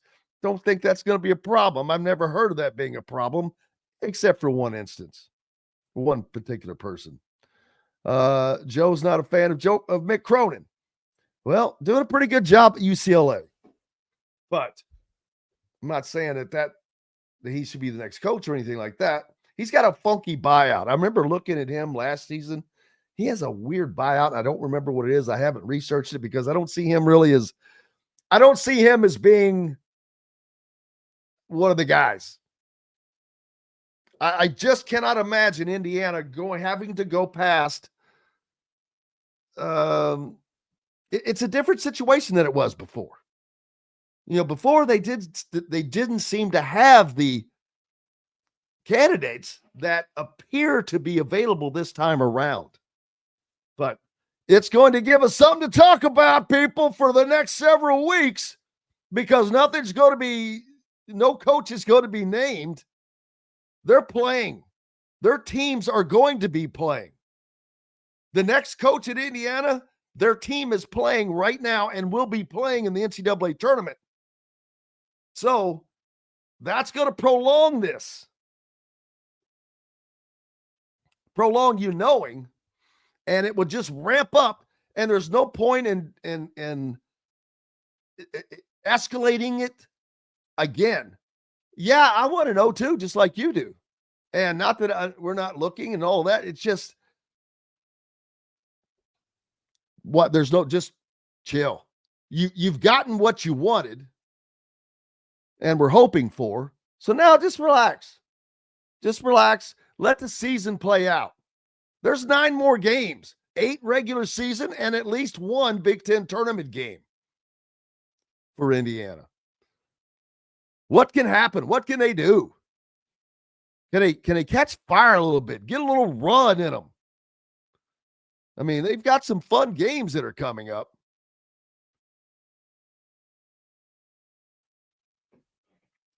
Against some great opponents. I mentioned Michigan State, Purdue, all on the docket for Indiana and their remaining schedule. Man, it's been a great day as always.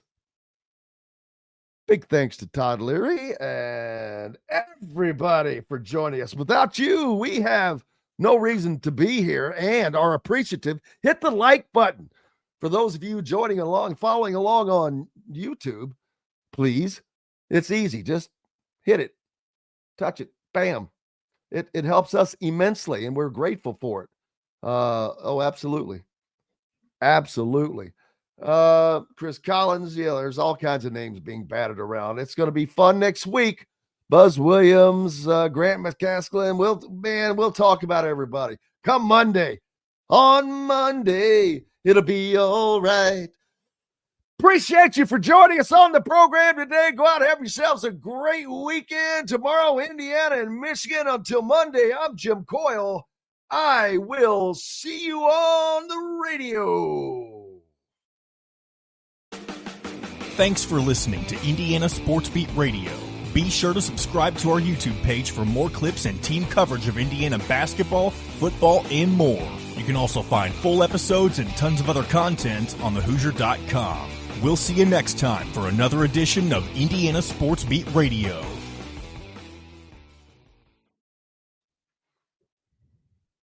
Hello, sports fans. Jim Coyle with Indiana Sports Beat Radio. Thank you for stopping by our YouTube channel. Make sure to hit the subscribe and notifications toggle so you never miss a thing. All of our content up here every day. Looking forward to it. Thank you, and we'll see you on the radio.